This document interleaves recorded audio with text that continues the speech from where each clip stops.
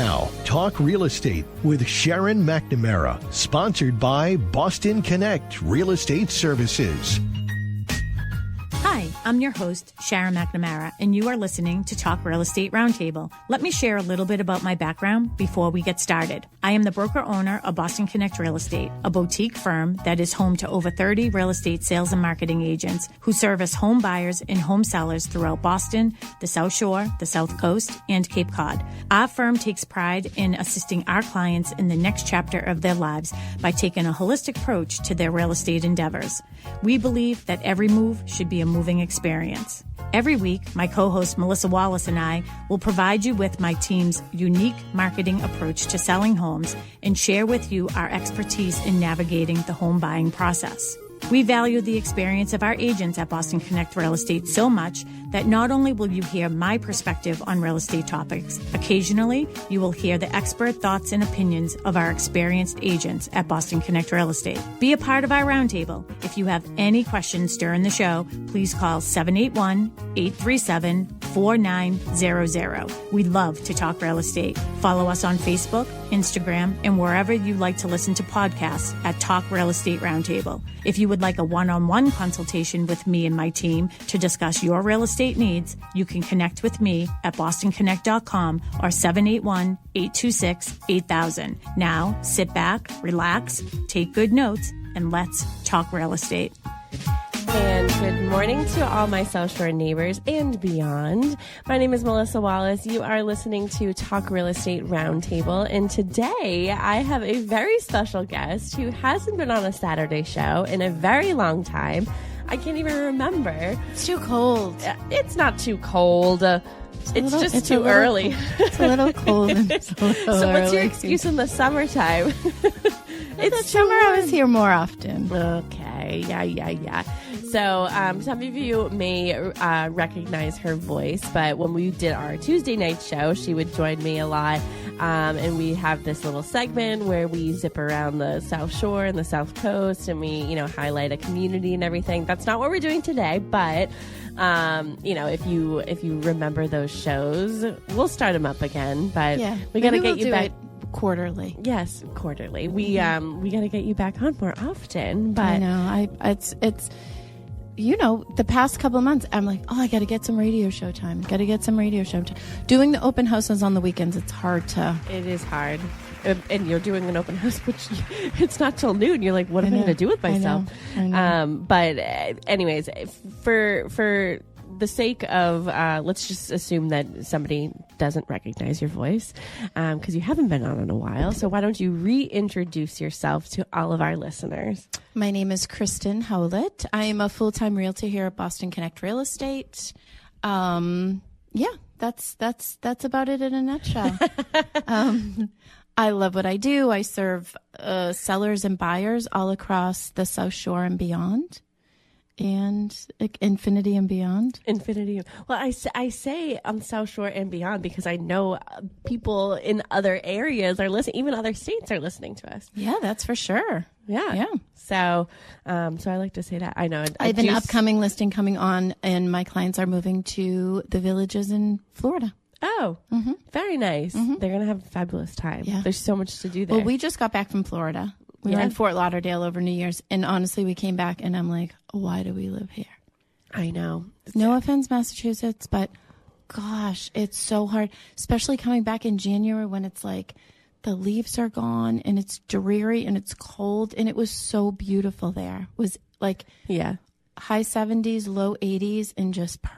Every time we talk about our future, Ethan's like, oh, what if we lived in this state? And I'm like, hurricanes. And he's like, what about this state? I'm like, tornadoes. He's like, okay, what is wrong with you? You always come up with these like disasters. And I'm like, yeah. And he's like, well, they happen here too. And I'm like, I know, but like, we're used to it. Like, we're not the devil used you know to is that. better than the devil that you don't. Yes, exactly. That's for sure. I don't know. We'll see where we sort of land, one day. But anyways, so what are we talking about Wait, today? I want to say hi to Tim. Hi, Tim. Hello, good morning, ladies. Good Hi, morning. Tim. Hi. Kristen is back. She's back in action. All right.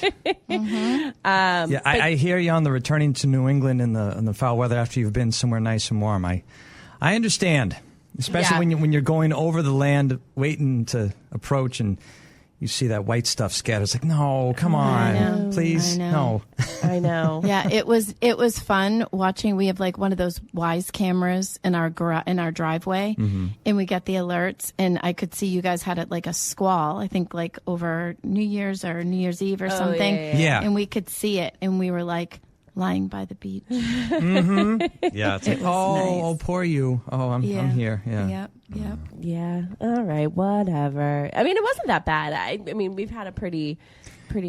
So far things have been fairly calm this winter. Because wasn't something supposed to happen today too, and now it's we've got some rain coming in later west of here. They've got some snow going on. Tomorrow we're supposed to get some South Shore area. If you're away from the South Shore, not as much. They're talking 3, possibly 4 inches down on the Cape. So Oh, really? yeah. Uh-oh. I don't even know. That's shovable, right? You shovel. Yeah, Shovelable. Shovelable. Just shove it out of the way. Yeah, exactly. Yeah. So wait, Tim, that's when, Sunday into Monday? Yeah, it's supposed to be. I mean, of course, it's going to happen during the Patriots game, but it's nothing we can't handle. Yeah. Everyone's going to be in watching the game anyways. So just try 3 to to 4 inches. That's. I don't want to call it normal, but that's nothing. That's not too crazy. That's nothing crazy. Yeah. We can manage that. Speaking of the Patriots, what are we thinking? Just total domination. Positive energy. We got to put some positive vibes out there. Hopefully it's total domination, but looking at their records of the two teams, they're very similar. The Patriots are 15-3 for the season, and the Texans are 13-5. So, Yeah.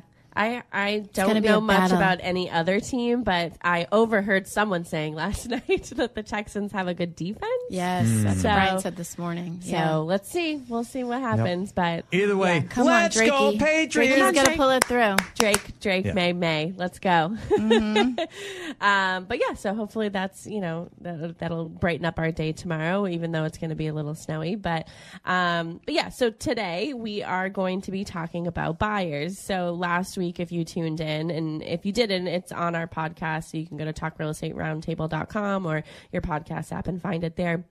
But we talked about sellers and timing the market right for sellers. And now I want to switch gears to timing the market right for buyers. I think that you're a strong agent anyways, but I also think that you are a very strong buyer's agent. Well, thank you. And I think that I know that people love to work with you. I even bumped into one of your buyers last night. Ellen and John, my faves. John. But I just think that, you have this way with your buyers that makes the process so comfortable. And I don't know if it's just you and your personality and how you handle your business, or if it's also the team that you work with and how you sort of get to that finish line with your buyers, but I know that they love you. Oh, and I love them. I do love my clients. And I think too, we had a conversation early Monday that kind of sparked what's actually going on. Mm-hmm. The nice part about being able to do this Talk Real Estate Roundtable or Two Table is is that we can give our perspective, because we're the ones that are out every single day talking to agents, talking to buyers, listing houses, showing houses. So we can kind of give our perspective, and it's interesting because I always say there are some phenomenons in real estate right now. One of them is you cannot overprice your home. You can't. You can't do it. You're not going to get action. The buyers are super smart. They hopefully have buyers agents that are helping them. And If you overprice, it is not the time to test the market. Well, I said that. I don't know if it was last week or the week before. So I'll say that you can overprice your home, but there's consequences. Oh, I love that. Yes, you are right. Yeah. I should have rephrased so that. you can overprice if you're not in a rush. Yeah. If you want to test the market, go right ahead. But I think that, you know what I said during the holiday shows, and it might have been when I did the show with Tracy, is the holidays and all that's not the time to test the market. And I said that because the more serious buyers are out there, and it doesn't necessarily mean that you're going to get more for your home, because buyers are very savvy, and the majority of them are working with an agent, which we love to see. Just make sure that agent is doing what they're supposed to be doing. And that sort of sparked the conversation that we had on Monday. And of course, we always pull from our everyday business and everyday life to, come up with ideas for the show. So we had a discussion on Monday about some of the sort of buyer's agents that you're dealing with right now. You put a couple listings on the market recently. Sort of walk us through that process.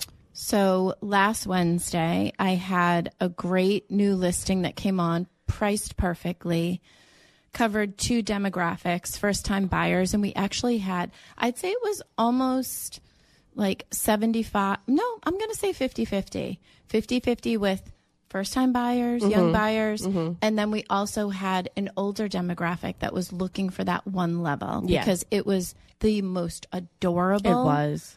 3-bedroom ranch in North Attleboro, and we knew immediately by our reaction that it was priced perfectly. On Wednesday, I got calls. We opened it up. I always like to open it up for showings. Wednesday, Thursday, Friday, I showed it, I think, 12 times. And you do accompanied showings? I always do accompanied showings. It's kind of, especially if somebody lives there, and sometimes even more if somebody doesn't, because I'll be honest, I don't trust that somebody's going to lock the doors. Yeah. Make sure that the house is secured. Make sure that everything's fine. And for somebody to trust me to sell their house, it's a big responsibility. Yeah. So I don't mind doing accompanied. I get to meet people if I kind of block it in time and have some, whatever. Or if I don't have anything, I go to Target and drive around. So I had showings Wednesday, Thursday, Friday. We had an open house on Saturday. We had one offer on Friday. So going into the open house, we knew we were in good shape. And we decided Saturday evening to put in an offer deadline from Monday. So explain what an offer deadline is. We requested that all offers be submitted by 12 o'clock. Our Friday offer, we reached out to them first to see if they would extend. They happily did. So we knew we had one offer, but I reached back to all the agents that had shown it. I had one unrepresented buyer, reached out to them, told them about the offer deadline, put it on MLS and notes. It was out there. Monday morning, Tuesday morning, I got more calls from agents trying to get in to see that listing. And my first question was, where have you been? Where have you been? It's been on the market since Wednesday. It's you 6 could have days seen later. it Wednesday. And I'm not even a jerk. If you, I just showed another one of my listings. If you can't make it, I'll show it. Yeah. I don't love to do it because that's kind of your job. We should do it together. But to be honest, it's my job to sell the listing. Call me. I'll do it. Yeah. Wednesday, Thursday, Friday, Saturday. I had 2 other showings on Sunday, last minute showings, people that had come to the open house that wanted another look, and one that couldn't get to the open house. But honestly, that was my Monday morning after my flood of phone calls. I was like, what is going on here? Where's everybody been? On Wednesday, if you have a buyer that is looking in that price range in a perfect, adorable little listing, why aren't you reaching out to your buyers, telling them, coming up with a game plan, when can we see it? Because again, you had Wednesday, Thursday, Friday, Saturday, even Sunday, and then that's enough time to even get in twice. Yeah. You're not rushed. You could come in on Wednesday, go to the open house on Saturday, write a thoughtful offer for the deadline. I love that you just looked at me like that. Write a thoughtful offer. Yeah. But it's like it prompted this discussion of, now listen, I'm not perfect. Sometimes we miss things. But when we sit down for my buyer's buyer's presentation, we talk about what is this going to look like. Typically listings come on Monday, Tuesday, Wednesday. By Wednesday, we're going to have a good idea of what our weekend looks like. I'll always try to get in before the open house. Sometimes we can't. But by Wednesday, we have a good finger on the pulse as to what you want to see. And it's typically we, have our communication. But like, what is going on? Are buyers just looking on Zillow and Realtor and then sending it to their agents? Or things are just popping up Monday when they're at work and they're scrolling through? Are they serious buyers? I don't know. Well, that begs the question. So it would be interesting to know what that buyer situation is with those agents that reached out either Monday or Tuesday. But there was something that you said that I wanted to touch upon. I can't remember. I lost my train of thought. And I do always fight with what if this is that perfect buyer? Yeah. I always try to accommodate. Like, I'm not saying no showings. I do try to accommodate. I do say, you know what, we do have offers due by 12 o'clock. If we think it's doable, I'm happy to do it. But it's, why would you want to be in that? Nobody wants to be under the gun at 11 o'clock trying to get an updated pre-approval and write an offer in, and you're stressed. I've been in that situation. It's no fun. It is no fun. What I was going to say was, especially with, I don't know how many houses were on the market in North Attleboro at the time, or even in that price range. But even if it was one of a few, it's going to pop up. So I'm just curious of why it took 6 days for it to sort of be a question for them. And the title of our show today is How Can Buyers Win Without Missing Out? If you're waiting till Monday with an offer deadline at noon, sorry, but you're missing out. Jinx. You are missing out. And the thing is that, last week we talked about how essentially sellers can win in this market, and that's being prepared. And I think that is exactly the case with buyers as well. You said pre-approval and not waiting to the last minute. Be in constant contact with your loan officer. If you're going for a mortgage, if you are fortunate enough to not have to and have cash, then great, you're ready to go. But a lot of the times that's not the case. So, if you just be in constant contact with your agent and with your loan officer and make those connections and have that open communication where if a house comes on the market on Wednesday, you're prepared. You're even prepared before going like the open house, and if you have a private showing.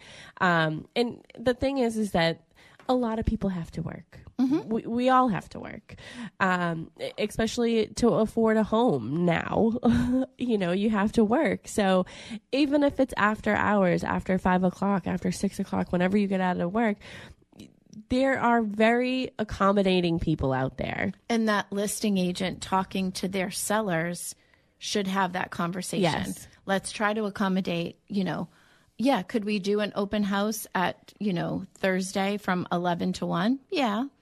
Are we going to miss that whole, demographic of people that are working, that can't get away from their desk at that time? Yeah, absolutely. But perfect example, the offer that we accepted was an agent that I have worked with previously. She was the listing agent. I was the buyer's agent. We have a nice relationship. She called me. I had listings. I had showings. I'm messing everything up today. I had showings scheduled from like 2 o'clock on. She asked me for 11, and I was like, could you do 1:30?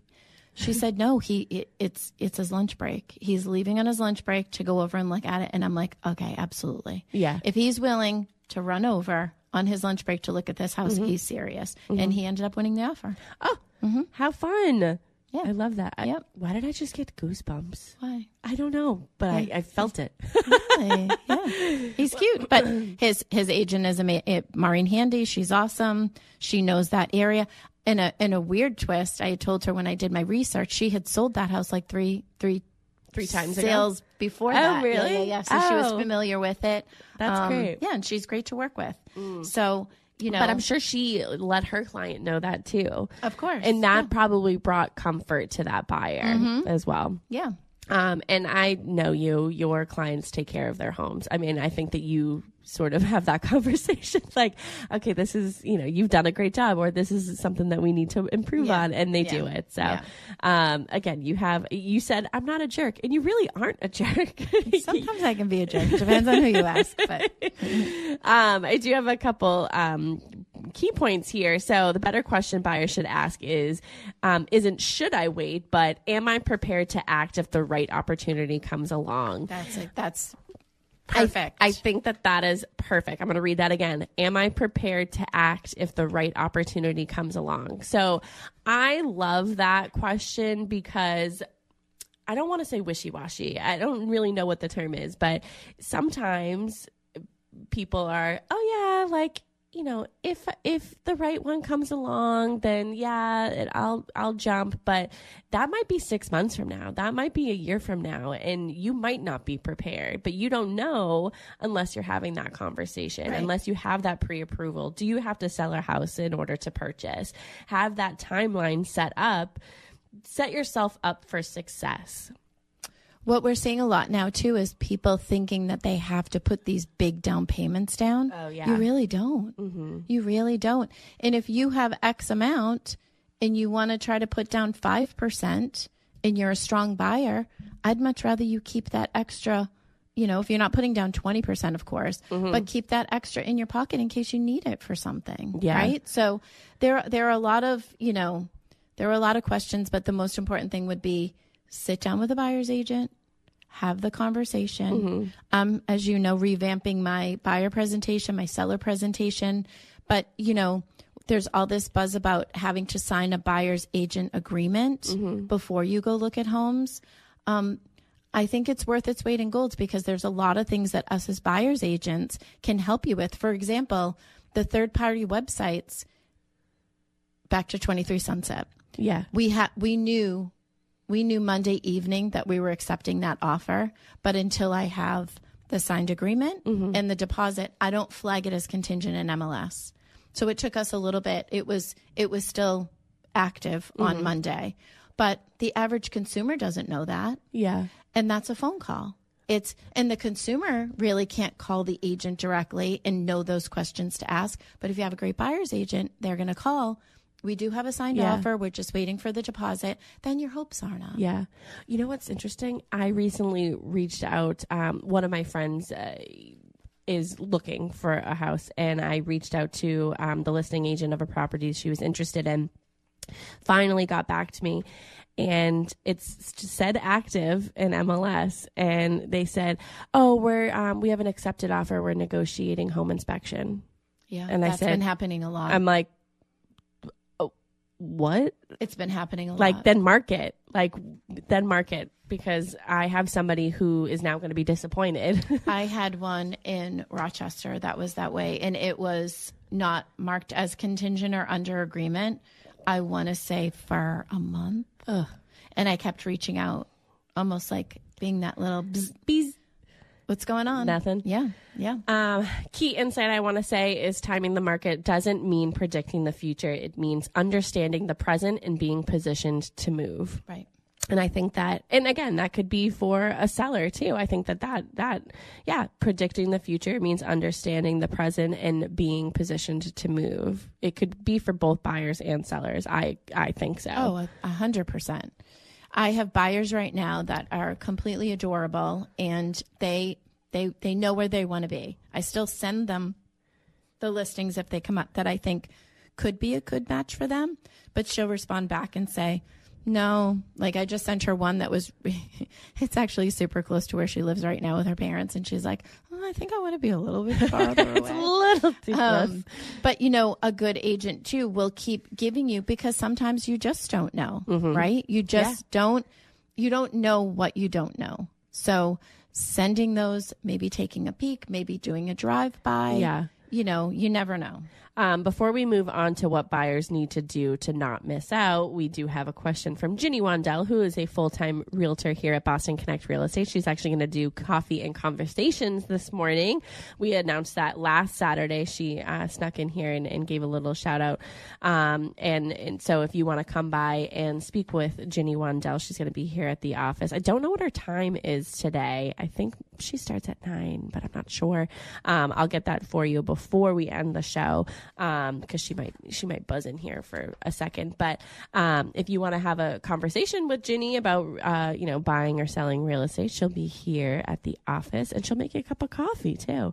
But she has a question. So good morning, Melissa and Kristen. Why should a buyer wait to buy or not wait? I think the only reason you would wait is because you're not quite ready. Maybe that's saving some more money. Maybe it's, you're not sure what you want to do. You're not sure of your situation. But I think if you're ready, why wait? Yeah. And sometimes it's just, I'm thinking back to the buyers that I was just talking about. They came to me, they're young, they want to buy a house, but with everyone that we look at, with everyone that we talk about, they're learning. They're learning maybe what they like, what they don't like. You're not going to know until you start looking. Right. Right? So that moves on to what buyers need to do to not miss out. So buyers must be fully prepared before they start looking, not while they're falling in love with a house. Because again, someone could have seen your listing on Wednesday. They weren't pre-approved. They didn't know if they were going to be able to afford it. They could have been going through that process. Come Monday, they could have been pre-approved. But it's like, on your perspective, it's, where have you been? You weren't prepared. Yeah. Yeah. Pre-approval matters more than buyers realize. Sellers expect strong financing and confidence that the buyer can close. And going back to the accepted offer, once she submitted the offer, the next voicemail that I got was from his lender. Yeah, that's and perfect. That is always, and I love to work with Christine Fisk at Harbor One, soon to be Eastern Bank, and we work together. That's our tag team too, is reach out to that. Once I submit it, reach out, tell them what a great buyer they are, give them a little bit of specifics without giving everything away. But it makes us as a team seem so much more competent. The next 3 points I have for what buyers need to do to not miss out, I think are crucial to that open communication with either their agent or with their loan officers. So the first one is their maximum comfort payment, not just what they qualify for.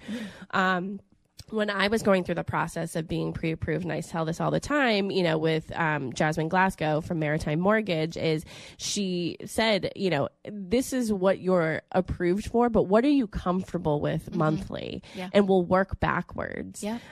So we came up with what, of course, interest rates change it a little bit over time, because it took me a year and a half to and what people finally don't find realize, something. Mel, is that the taxes in the town greatly affect Yes. So as you start going through it, like back to my cute little first time buyers, that's one of the things they know, that taxes can greatly affect your monthly payment. Yeah. So maybe we focus on the towns with the lower tax rate. Or if you love something, then we kind of work backwards and come down a little bit in your purchase price, because we're going to make up for that tax. Yeah.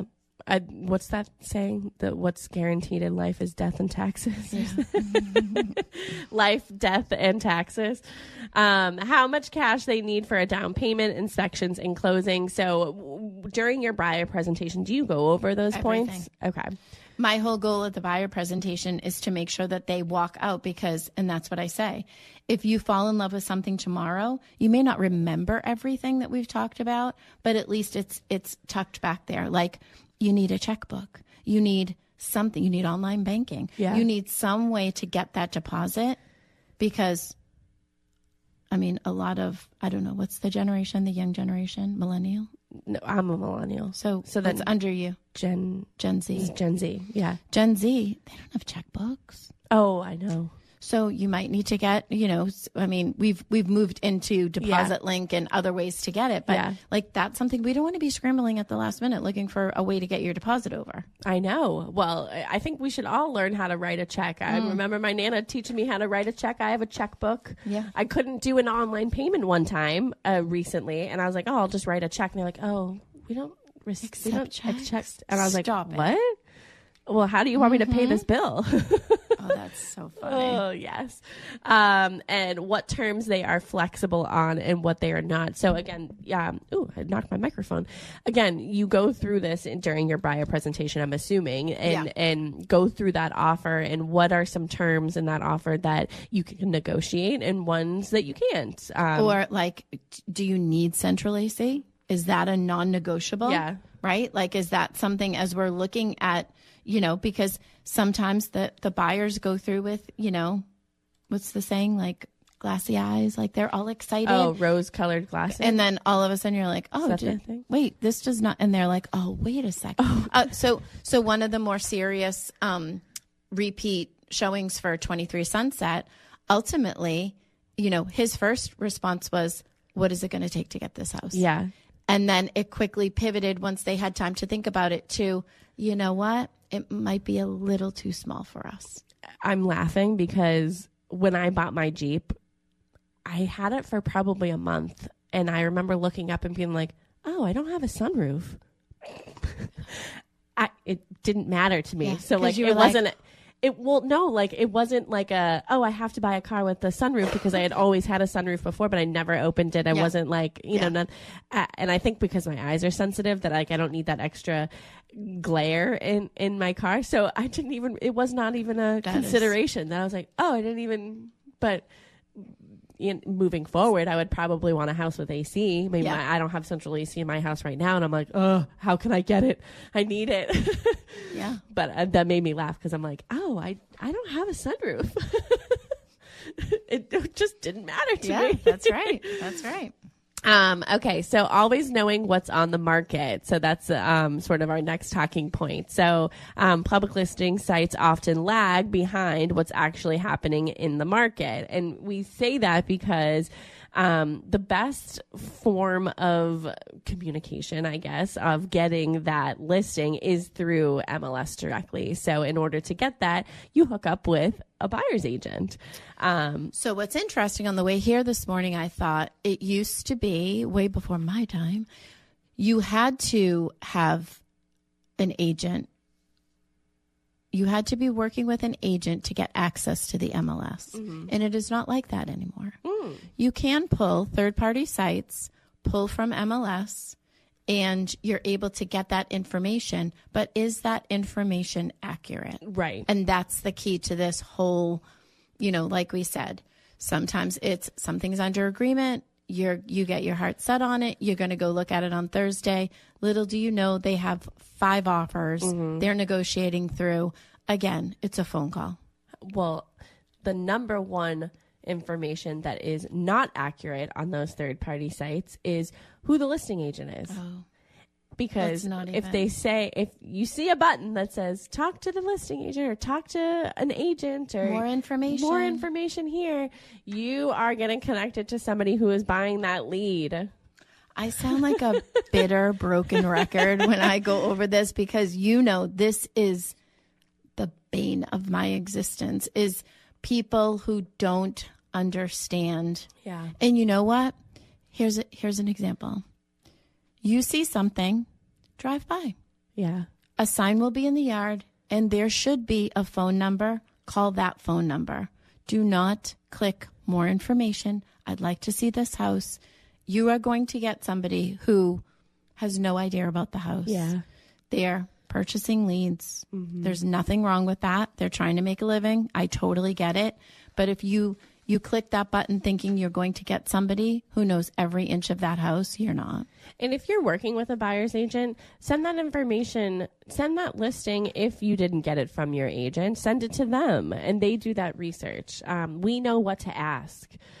We know what to say and sort of, it's different when an agent calls you and a buyer calls you directly because you can tell the difference right away. Right. And it's not insulting at all. It's just they know exactly what to ask, how to conduct that conversation. So it's not like, oh my gosh, like, and we say this when we have buyers at houses that have like Ring doorbells and things like that. Like, don't give it all away in the beginning. Yeah. You know, don't say, oh yeah, because remember that time I was at one of your open houses and somebody was ripping it apart, and then they ended up submitting an offer, and I was like, oh, by the way, this person was like ripping the house apart. So they might be coming back with, you know, some information if they do a home inspection and everything, because they've already were talking about that. So they showed us. Yeah. And they showed, and they didn't get their offer accepted.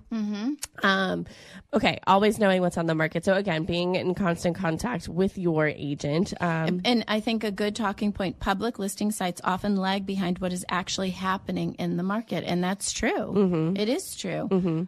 Reach out to the agent. Yeah. Find out. You know, they could have had a lot of activity. It could be, you know, understanding. Part of, you know, I struggle with being in this business because we're in this shroud of mystery and we can't talk about anything. And but you know, my fiduciary responsibility is either with my seller or my buyer. But I always say, you may have a listing, I may have a buyer. Let's figure out, they want to buy, they want to sell. Let's figure out how to make it happen. I love this point right here because I watched this happen all week, actually. A strong buyer's agent watches listings daily, knows what's coming soon, has conversations with other agents before homes even hit the market. So it's a new year. Everyone's excited. It's like everyone goes back to the gym in January. Yeah. Everyone comes back to the office in January. We've had so many agents here back in the office, and we're even having an office meeting next week. So we're going to have even more agents here coming back, working from here, and just having that conversations with each other. There was a domino effect happening. I think yesterday, somebody came in and said, hey, does anyone have a buyer for this? And they said, I do. Oh, can I get in before, you know, it goes on? Can I do this? Oh, I have a rental coming on. Oh, my seller needs a rental. It was like ping pong. And we were like, what? So it was like we set up 4 dominoes that could potentially happen just by having one conversation here in the office. And these conversations should be happening everywhere. Right. Because, and Sharon says it, nobody sells a listing quite like a listing agent. So I have another listing. I'm doing an open house after this from 12 to 2. It's at 211 Cherry Street in Bridgewater. And we had an open house last weekend, and an agent in my market just got something very similar under agreement. It had been on for a while. First thing I did, call her. We had worked together. We've worked together a couple of times actually, and got her feedback. She had been on the market, I think, since September. So September, October, November, December, January. It's been on for 5 months. You know, no price adjustments, no price changes. And she just said my seller was not in a rush. It's a great house. He wanted to list it. He wanted to stay the course. And guess what? It worked because he just got an accepted offer. Yeah. Works for him. Yep. Again, it's if you are not in a rush, then do what you can. That's right. Buyers need to be responsive. If your agent calls or texts about new listings, timing matters. So again, timing does matter. Of course, we all have lives. We all have to work. There are going to be times where you can't see a property, but a buyer's agent can preview that property for you. They can take videos. They can say, hey, I'm going to go and look at it for you. If you love the video or pictures that I send you, let's go to the open house this weekend. They can do some digging, take 30 minutes and do some digging, because we also don't want you to focus on something that's not going to ultimately pan out. Because again, I don't know about you, but I feel like 2026 is... We ought to buckle up, because I feel like it's going to be busy. There's a lot of pent up buyer, energy. And my phone is literally ringing off the hook with people who are like, oh, I'm sending you my father who, needs this, or, do you sell in this area? It's busy. It's going to be busy. Yeah. So and one of the key insights here is, in fast moving markets, awareness is a competitive advantage. Yeah. And that is so true. Well, that gets me to scheduling showings and attending open houses strategically. So the first buyers through the door often have the strongest position. I think that they have the strongest position because they have the most amount of time to think about it and come up with the best position for an offer. I love that you allow showings before your open house. Not everybody does. It drove me nuts as a buyer myself, because I work and sometimes I can't, and I work the weekend. So sometimes I couldn't make an open house. And so I had to miss out. And let's also remind people that ultimately it's not my decision. It's the seller's decision. But you know what, if you are, sitting down with your sellers and explaining to them, listen, we have people at work, we have this, we have to, let's open it up. Our job is to sell it and expose it to as many people as we can. Sometimes 11 to 12 on a Saturday isn't going to get everybody. Yeah. The 1 hours. What's up with the 1 hours? I don't know. Okay. Waiting until later in the week can mean multiple offers already in hand. You already had an offer in hand going into your open house. Yep. Sellers mentally committing to another buyer. Curious, did the first offer that you got, was that the one that won? Yeah. See? Yeah. Yep. And you got multiple. We ended up with multiple offers. They were all kind of similar. Yeah. And ultimately he, you know what? And I do think that does, a lot of things play into it. Your buyer's agent, the fact that he wanted to get in early, the fact that he was able to look at the house freely, see it as it was, and the communication with the buyer's agent, ultimately he was our safest bet. Mm-hmm. Some preparation tips before either an open house for a buyer or a private showing is reviewing the photos, disclosures, and comps before seeing the house. Mm-hmm. Walking in knowing whether this is a possible yes or a possible no. So again, setting the expectation for yourself. I think that sometimes photos can be deceiving. Mm-hmm. I think sometimes certain photos are left out intentionally, that you can't see certain things. It happens. Yeah. Especially with virtually staged properties. A lot of the times people walk in and they're surprised that it's a vacant house because some of these AI things, you don't even know if they're real or not. I guess that's the point of it. But a lot of virtually staged homes, you walk in and you're like, oh. And I understand the point of them. There's a rumor that we should be anyways.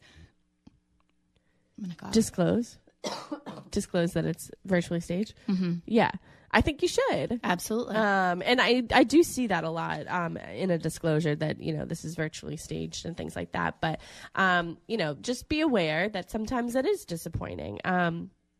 To walk in. And I get the purpose of it is to give that imagination of what you could do with the space. I totally And on get the flip side, that's why it is important to see a house in person, especially if you do a drive-by in the location. What can't we change? We can't change the location. Yeah. You can change the condition. You can do updates. Yeah. So if you're not afraid of a little bit of work.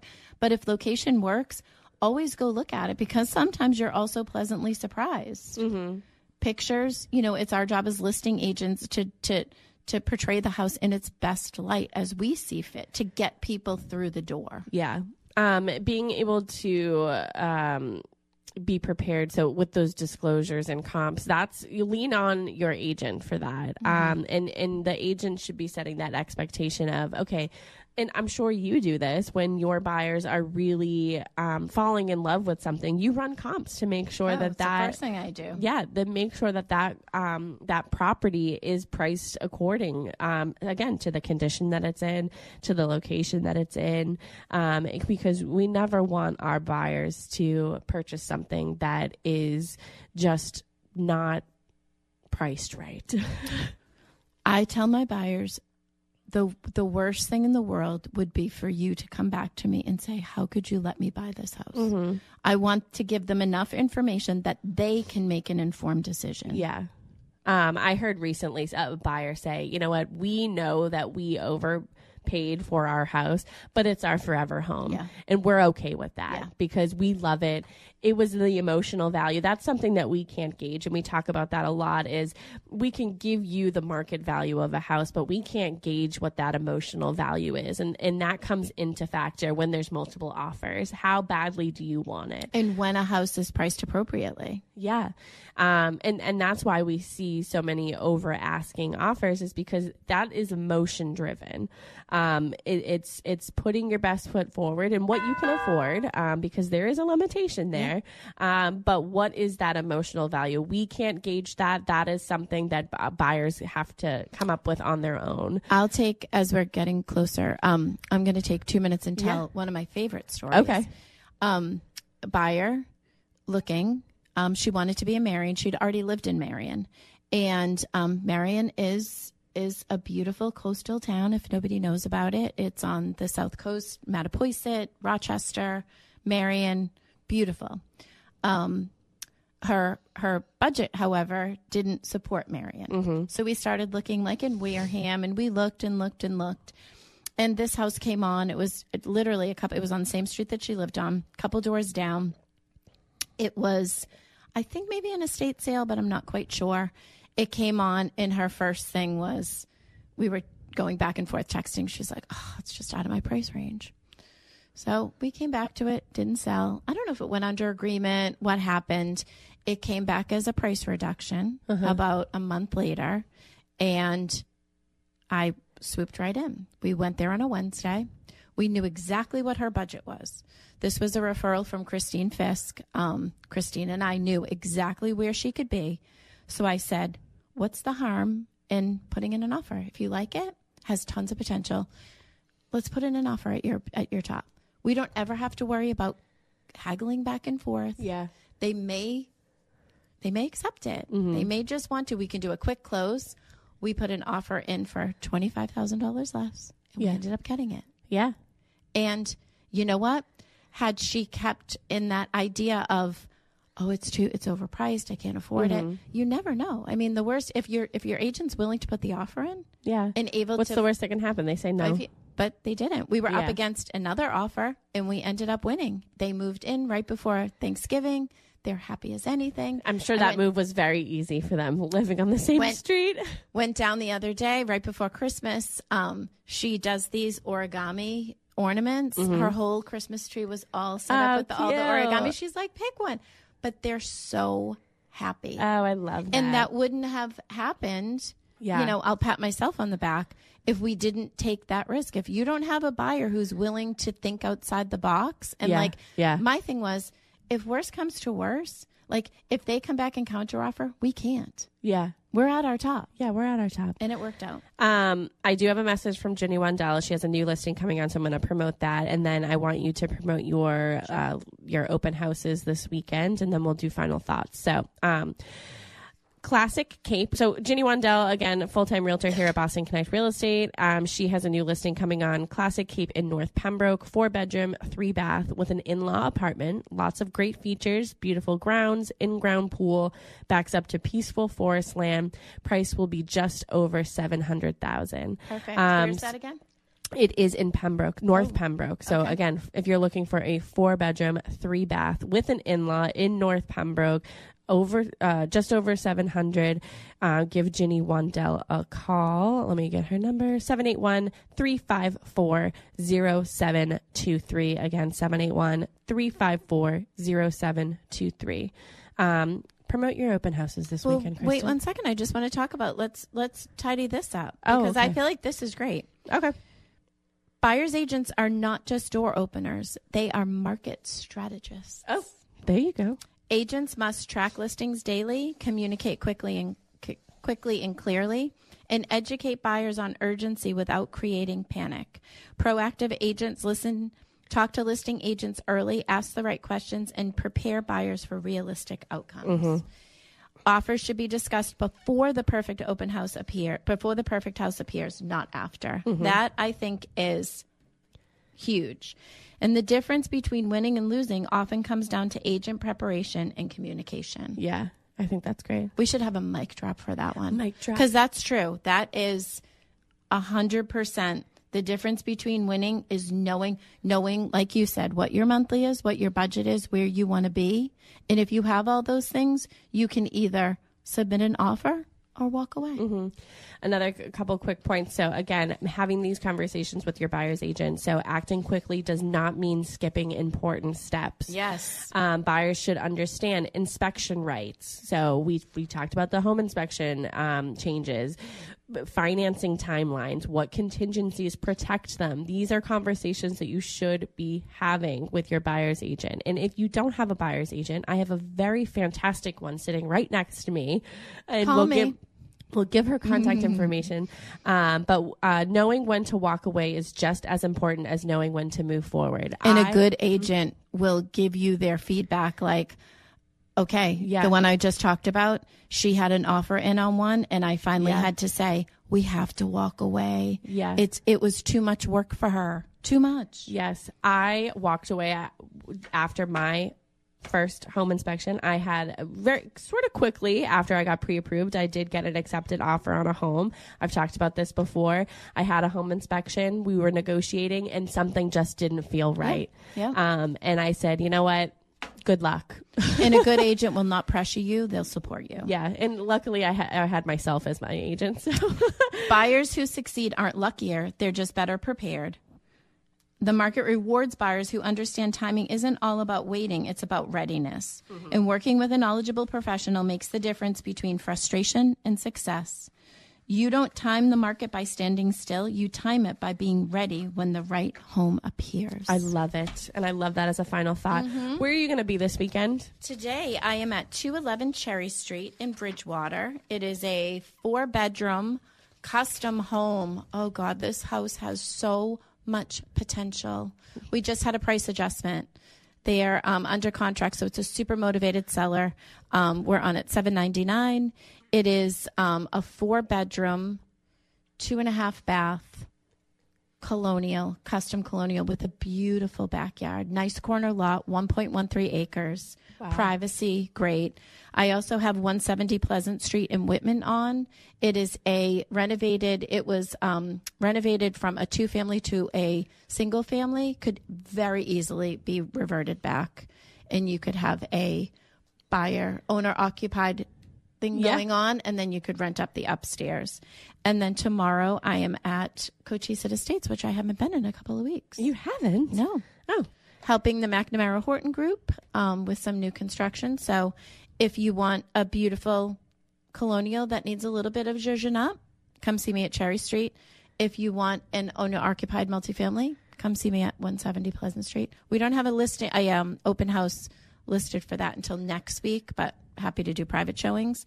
And then CE, I'll be there tomorrow from 10 to 2. Yeah, and you love new construction, so she would love to walk you around. What are some final thoughts? I know I do have a couple other open houses, or well, really just one. So Mary Horton has a listing, 848 Plain Street, Unit 23 in Marshfield. She's going to be there tomorrow from 10:30 to 12:30.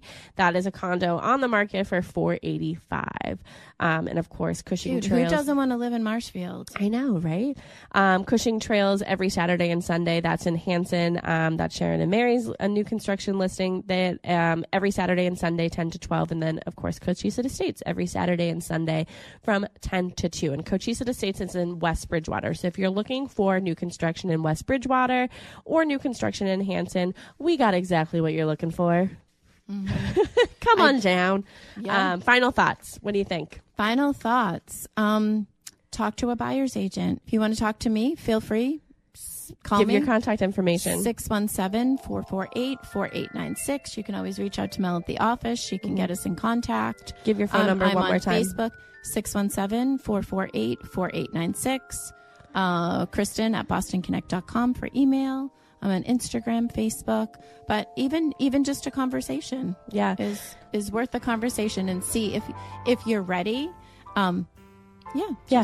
if you'd like to have a conversation with either Kristen or any of our agents here at Boston Connect Real Estate, you can go to bostonconnect.com. You can go to talkrealestateroundtable.com to find all of our past shows, or just type in Talk Real Estate Roundtable in your podcast app. Thank you so much for listening, everybody, and thank you, Kristen, for joining me. Thank you for having me. Bye, Tim. Thank you. Bye. Go Pats. Woo! Yeah, go Pats. Come on. Go Pats. Would you be mine? Could you be mine? I have always wanted to have a neighbor just like you. I've always wanted to live in a neighborhood.